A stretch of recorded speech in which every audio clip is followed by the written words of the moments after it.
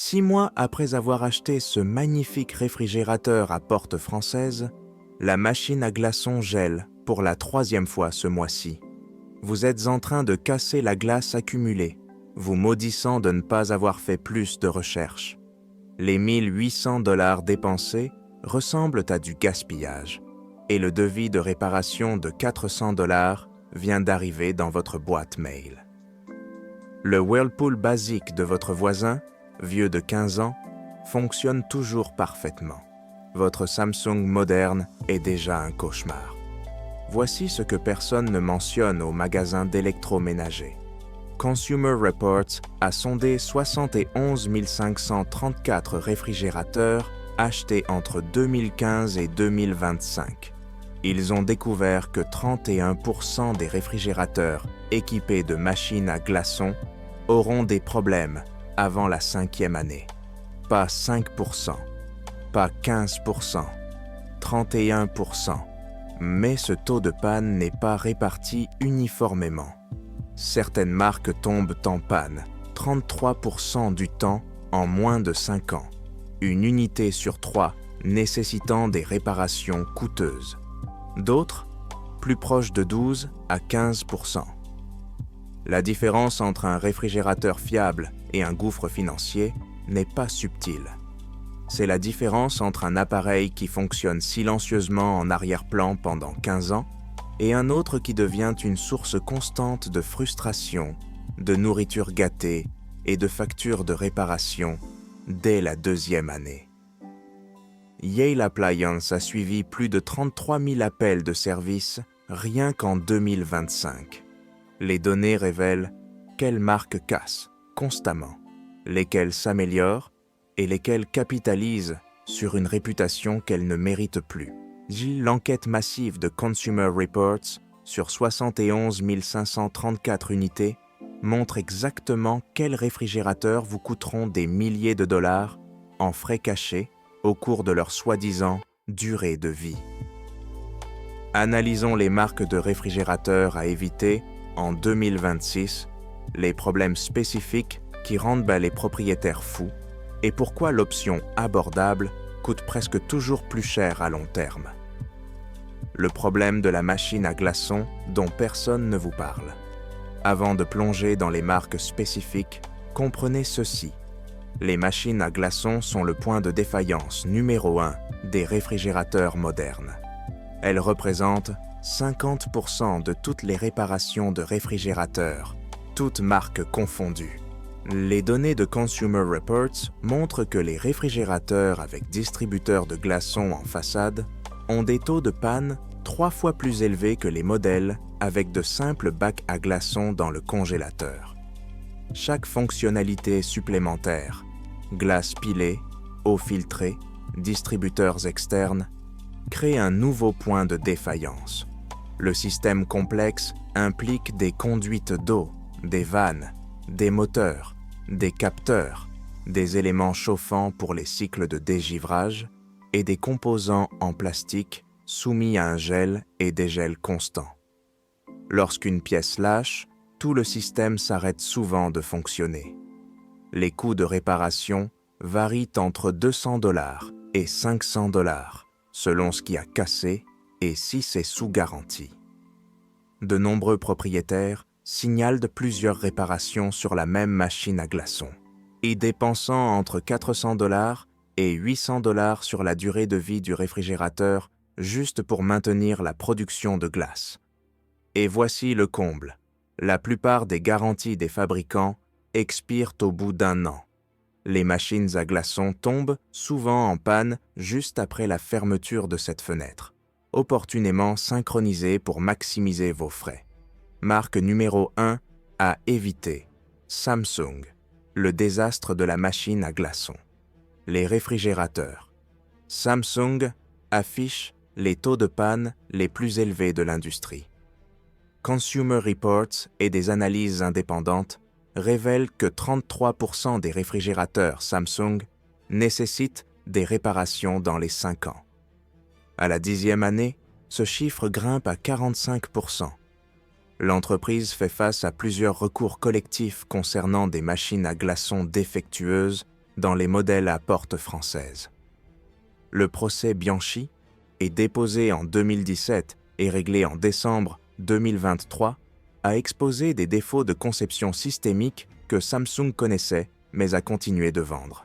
Les modèles concernés incluent les RF23H CE-DB, RF23HTE-DB, RF28HME-DB et des dizaines d'autres fabriqués entre 2013 et 2023.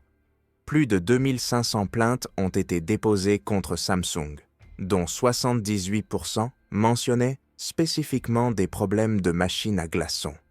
Les machines à glaçons givrent constamment, nécessitant un dégivrage manuel toutes les quelques semaines, voire tous les jours.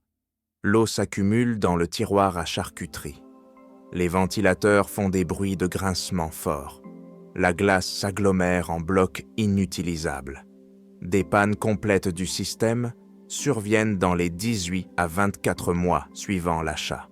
Et un propriétaire du Texas témoigne « Mon réfrigérateur Samsung à porte française a commencé à faire du bruit de ventilateur et du givre s'est accumulé exactement 1 an après l'achat. La machine à glaçons gelait constamment. Tous les 2 jours, je devais casser la glace. Je n'avais jamais vraiment de glaçons, c'était toujours gelé. » Le schéma est implacable. Des machines à glaçons qui échouent à répétition, des problèmes de contrôle de température qui gâtent la nourriture, des réparations qui ne règlent rien de façon permanente et un service client qui refuse les prises en charge sous garantie. Et le pire, Samsung n'a pas de département de service après-vente dédié. Ils dépendent entièrement de sociétés de réparation indépendantes et dont beaucoup refusent de travailler sur les réfrigérateurs Samsung car obtenir des pièces et du support est un cauchemar. En résumé, les réfrigérateurs Samsung à porte française sont impressionnants en magasin. En 2 ans, ils deviennent des passifs coûteux. Évitez-les totalement. Marque numéro 2 à éviter. LG, le pari du compresseur linéaire. Les réfrigérateurs LG ont une histoire compliquée.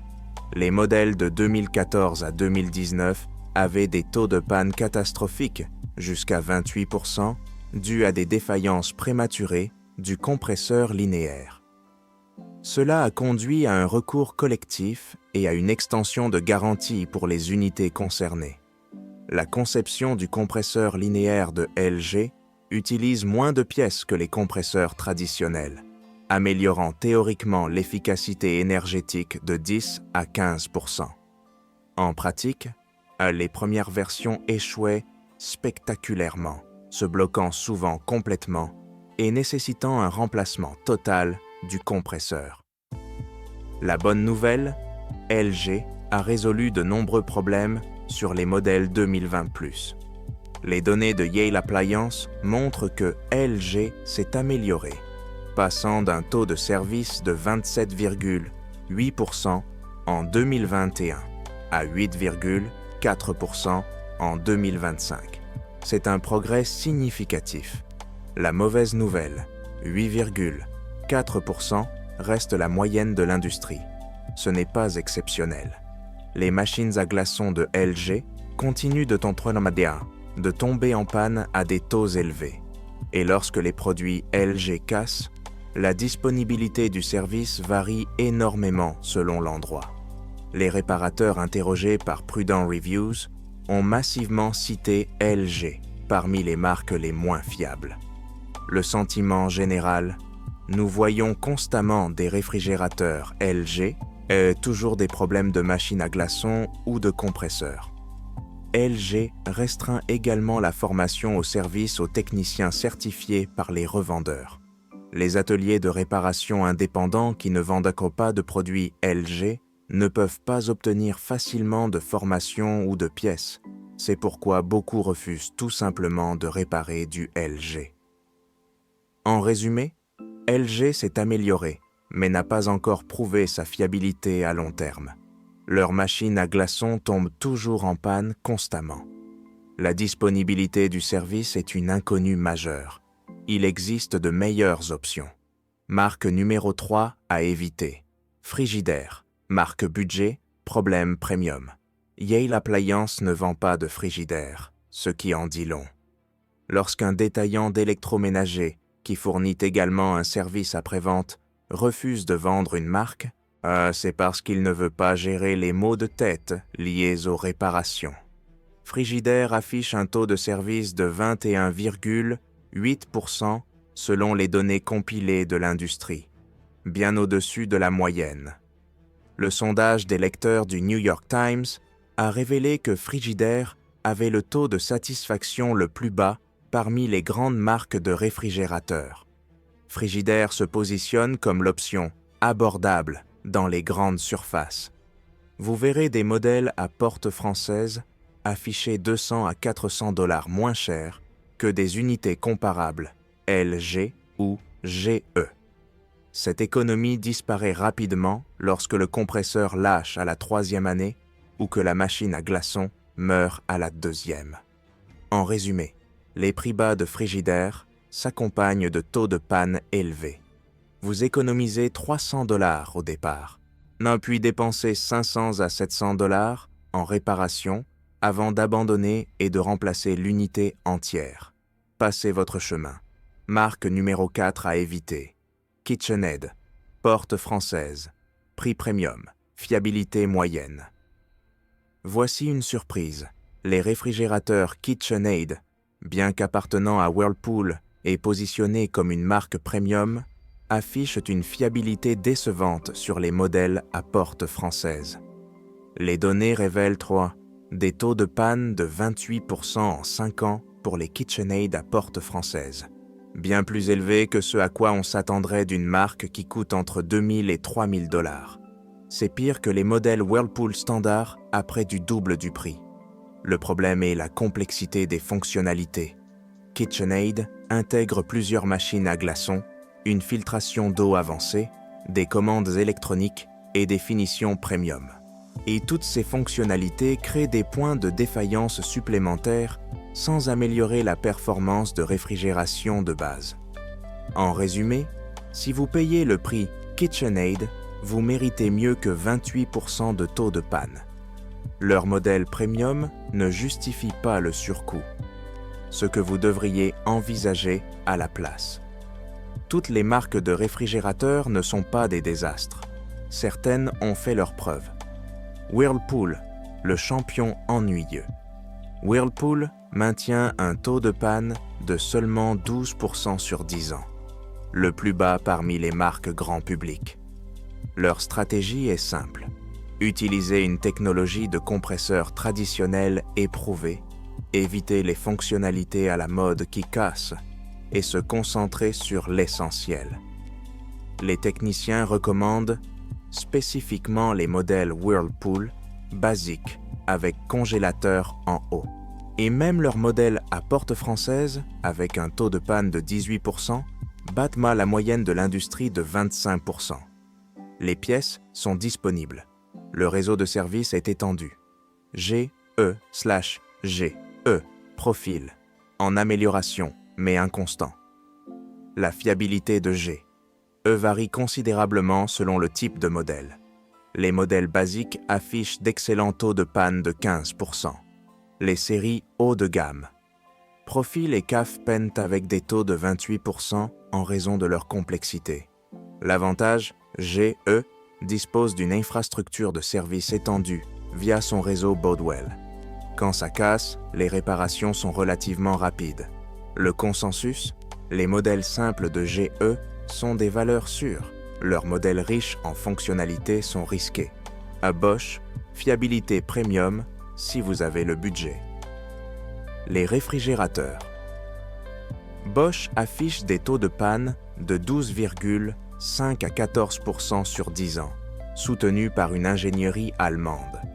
Leur système à double compresseur améliore réellement la fiabilité. L'inconvénient, Bosch coûte beaucoup plus cher. Vous payez pour la fiabilité, mais vous payez vraiment. Si le budget le permet, Bosch représente le juste milieu entre fonctionnalité et fiabilité hors luxe. Sub-zéro/mielé, si l'argent n'est pas un problème. Ces marques affichent des taux de panne exceptionnels de 8 à 10% sur plus de 15 ans avec un entretien approprié. Les réfrigérateurs Sub-Zero durent couramment 20 à 25 ans. Ce ne sont pas des options réalistes pour la plupart des acheteurs, mais elles prouvent que des réfrigérateurs fiables sont possibles. Ils sont juste chers. Et les coûts cachés que personne ne calcule. Lorsque vous comparez un Samsung à 1 200 $ à un Whirlpool à 1 600 $, le Samsung semble être une meilleure affaire. Ce n'est pas le cas. Calculez le coût total de possession sur 10 ans. Samsung, taux de panne de 33%. Achat, 1 200 $. Réparation machine à glaçons, 2 à 3 incidents. 600 $ à 900 $. Réparation, compresseur ou remplacement précoce, 700 $ à 1 800 $. Nourriture gâtée, 200 $ à 400 $. Total, 2 700 $ à 4 300 $ sur une durée de vie incertaine. Whirlpool, taux de panne de 12%. Achat, 1 600 $. Réparation mineure, si nécessaire, 0 $ à 300 $.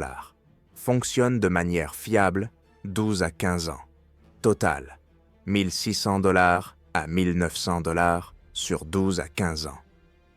Le réfrigérateur cher coûte 2 fois moins que le modèle abordable quand on prend en compte les réparations. L'efficacité énergétique compte, mais pas autant que les fabricants le prétendent. Un réfrigérateur Energy Star peut vous faire économiser 30 à 50 $ par an. Sur 10 ans, c'est 300 à 500 $. Pendant ce temps, un seul remplacement de compresseur coûte 700 à 1 200 $. Chercher des économies d'énergie mineures via des systèmes complexes qui réduisent la fiabilité, c'est faire des économies de bout de chandelle pour perdre gros au final. Ce qui compte vraiment lors de l'achat, disponibilité du service dans votre région. Avant d'acheter, appelez 3 entreprises locales de réparation. Demandez quelle marque elles refusent de réparer. Simplicité avant les fonctionnalités. Chaque gadget ajouté est un point de défaillance supplémentaire. Les réfrigérateurs les plus fiables sont souvent les plus basiques. Un compresseur traditionnel. Les technologies éprouvées durent plus longtemps que les technologies expérimentales, comme les compresseurs linéaires. Données réelles de panne. Ignorez le marketing. Fiez-vous à Consumer Reports et aux réparateurs. Extension de garantie pour les marques à risque. Si vous devez absolument acheter Samsung ou LG, l'extension de garantie se rentabilise souvent. Pour Whirlpool ou Bosch, elles sont inutiles. Le mot de la fin. Consumer Reports a trouvé que 31% des réfrigérateurs avec machine à glaçons tombent en panne en 5 ans. Choisir un réfrigérateur ne concerne pas les fonctionnalités ou l'esthétique. Il s'agit d'éviter les marques qui vous coûteront des milliers de dollars en réparation et remplacement dans les 5 à 7 ans. Passez votre chemin sur Samsung. Et évitez LG, sauf si vous avez vérifié le service local. Fuyez les prix bas de frigidaires. Remettez en question les KitchenAid à porte française. Achetez Whirlpool pour une fiabilité ennuyeuse.